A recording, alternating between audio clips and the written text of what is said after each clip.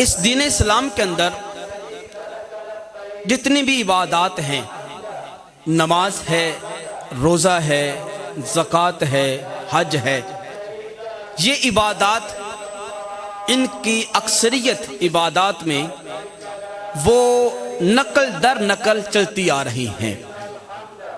ہم عبادات میں کسی نہ کسی کی نقل کر رہے ہوتے ہیں، کسی نبی کی، کسی پیغمبر کی، کسی اللہ کے مقرب کی، ہم ادا کو زندہ کر رہے ہوتے ہیں۔ اصل میں دین خالق کائنات کے مقرب نیک پیغمبر انبیاء کرام کی سیرت، ان کے اعمال کو اپنی زندگی میں نافذ کرنے کا نام ہے۔ ہم 5 وقت کی نماز پڑھتے ہیں تو یہ 5 وقت کی نماز کسی نہ کسی نبی کی یادگار ہے۔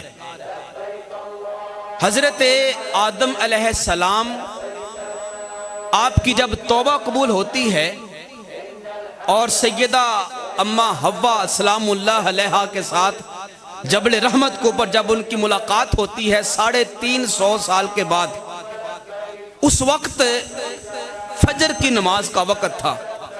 شکرانے کے طور پر انہوں نے 2 رکعت اللہ کی بارگاہ میں ادا کی۔ خالق کو یہ بات اتنی پسند آ گئی اور فرمایا کہ اے آدم، ہم تیری اس ادا کو قیامت تک محفوظ رکھیں گے اور امت مصطفیٰ میں آپ کے یہی 2 نفل فجر کی صورت میں فرض کر دیں گے۔ حضرت یعقوب علیہ السلام ظہر کی نماز ادا کرتے ہیں، اس وقت وہ نوافل کی صورت میں پڑھ رہے تھے۔ خالق کائنات نے ان کی ادا کو زندہ رکھتے ہوئے امت مصطفیٰ میں ظہر کی نماز فرض کر دی اور یہ یادگار بنا دی حضرت یعقوب علیہ السلام کی۔ اسی طرح حضرت یونس علیہ السلام کی یاد میں ہم نماز عصر ادا کرتے ہیں۔ جب وہ مچھلی کے پیٹ سے نکلے، اللہ کی بارگاہ میں شکر کا کلمہ پڑھا تو وہ عین عصر کا وقت تھا۔ خالق کائنات نے ان کی ادا کو زندہ رکھا اور امت مصطفیٰ میں ان کے پڑے ہوئے 4 نفل جو تھے وہ عصر کی صورت میں فرض کر دیے۔ اسی طرح حضرت ایوب علیہ السلام اللہ کے مقرب نبی ہیں۔ آپ کو یہ بات معلوم ہوگی کہ وہ زندگی کے آخری ایام میں کافی علیل ہو گئے، ان کا سارا مال ضائع ہو گیا، اولاد چھت گرنے کی وجہ سے ہلاک ہو گئی، سارے رشتہ دار آپ کا ساتھ چھوڑ گئے، اوپر سے پھر وہ کفر کے ساتھ دشمنی۔ ایسے عالم کے اندر خالق کائنات نے ان کو ایک اور بڑی آزمائش میں مبتلا فرمایا کہ ان کو اوپر سخت بخار پہلے طاری کیا اور اس کے بعد ان کے جسم کو اوپر آبلے، جو کہہ لیجئے کہ چھالے وہ پیدا کر دیے۔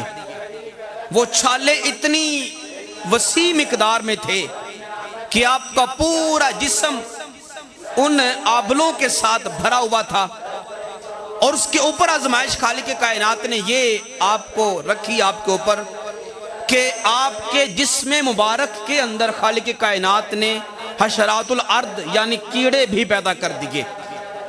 آپ کا جسم مبارک گلنا شروع ہو گیا۔ یہ آزمائش تھی، اللہ نے اپنے نبی کو اس آزمائش میں آزمایا، اور یہ بھی امت کو سبق دینے کے لیے تھا کہ اے بندہ مومن، جب تیرے اوپر کو کبھی پریشانی آ جائے، کوئی تکلیف آ جائے، تو نے گھبرانا نہیں ہے۔ میرے نبی حضرت ایوب علیہ السلام کی سیرت کا تو نے مطالعہ کر لینا ہے۔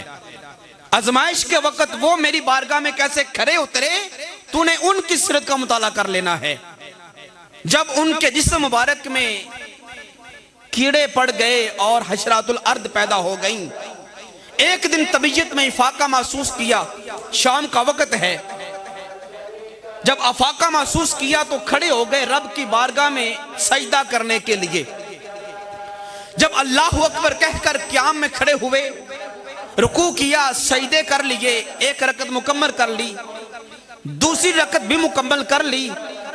جب تیسری کے لیے کھڑے ہوئے रुकू सजदे कर लिए, अब खड़े होने की बजाय तबीयत ने साथ ना दिया। आप तीसरी रकत में खड़े होने की बजाय वहीं पे बैठ गए। तबीयत इतनी नासाज हुई कि चौथी रकत पढ़ना तो क्या, उसमें जो पढ़ा जाता है वो पढ़ने की भी जबान ने इजाजत ना दी। चौथी रकत के कलिमात आपकी जबान से अदा ना हो सके, आपने 3 रकतें मुकम्मल करके ही वहीं पे सलाम फेर दिया।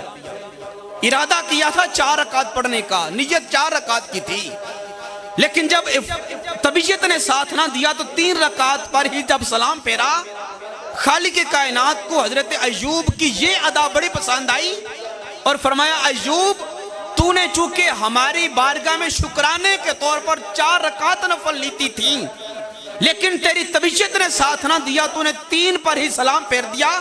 हम तेरी ये 3 वाली अदा क़यामत तक महफूज करके रखेंगे और उम्मत मुस्तफा में 3 रकत नमाज़े मगरिब आपकी सुन्नत को ज़िंदा करते हुए बतौर फर्ज जो है वो फर्ज करार दे देंगे। हजरत अय्यूब अलैहिस्सलाम की सुन्नत, उनके तरीकाकार को जिंदा करते हुए आज हम नमाज़े मगरिब पढ़ रहे हैं। इसी तरह रोजा की मिसाल ले लें। रोजा भी बेशुमार बल्कि तमाम नबियों की सुन्नत है। दिनों के अंदर हाँ अगरचे फर्क था, उम्मत मुस्तफ़ा में रमजान के रोजे फर्ज हैं, हजरत आदम की उम्मत के ऊपर हर महीने के 3 रोजे फर्ज थे, बनी इसराइल में 40 रोजे फर्ज थे। दिनों के अंदर फर्क रहा, लेकिन खालिक कायनात ने फरमा दिया, कुतिबा अलैकुम सियाम कमा कुतिबा अलल लज़ीना मिन क़ब्लिकुम। फरमाया ये रोजे तुमसे पहले लोगों पर भी फर्ज किए गए थे और तुम पर भी फर्ज किए गए हैं। तो हम रोजा रख के भी तमाम नबियों की सुन्नत को जिंदा कर रहे होते हैं। इसी तरह नमाज तहज्जुद है, सरकार ने फरमाया अगर ना पढ़ो तो कोई गुनाह नहीं, ना पढ़ो तुमसे पूछताछ नहीं होगी कि क्यों नहीं पढ़ी, क्योंकि नफल है, लेकिन पढ़ो तो फरमाया यूं हो जाओगे जैसे तुमने 1.25 लाख नबियों की सुन्नत को जिंदा कर दिया है। तहज्जुद की नमाज पढ़ना यह 1.25 लाख नबियों की सुन्नत, उनका तरीकाकार है। ज़कात की मिसाल ले लें, जो भी नबी साहिबे निसाब होता वो ज़कात माल में से जरूर दिया करता, उसके अलावा नफली सदकात तो नबियों की ये उनका तरीकाकार था कि वो अपने माल में से नफली सदकात व खैरात किया करते थे। हम ये भी उनके तरीकाकार को जिंदा करते हुए हम नफली सदकात या वाजिब सदकात अदा करते हैं। इसी तरह अगर हम हज की बात करें, हज दीन इस्लाम का एक बहुत खास रुकन है और इसकी फर्जियत का मुनकिर दायरा इस्लाम से खारिज हो जाता है, चूंकि कुरान ने इसकी फर्जियत को बयान किया है। हजरत ज़िवकार ये जो हम हज अदा करते हैं, इस हज के साथ भी अल्लाह तबारक व तआला के चंद अंबिया कराम और अल्लाह के चंद मुकर्रबीन की निस्बतें हैं। हज असल में नबियों और वलियों की यादगिरी का नाम है। नबियों की और वलियों की सुन्नतों को अपनाने, उनको जिंदगी में नाफिज कर लेने और वहां पे जाके उनकी सुन्नतों को पर अमल कर लेने का नाम हज है।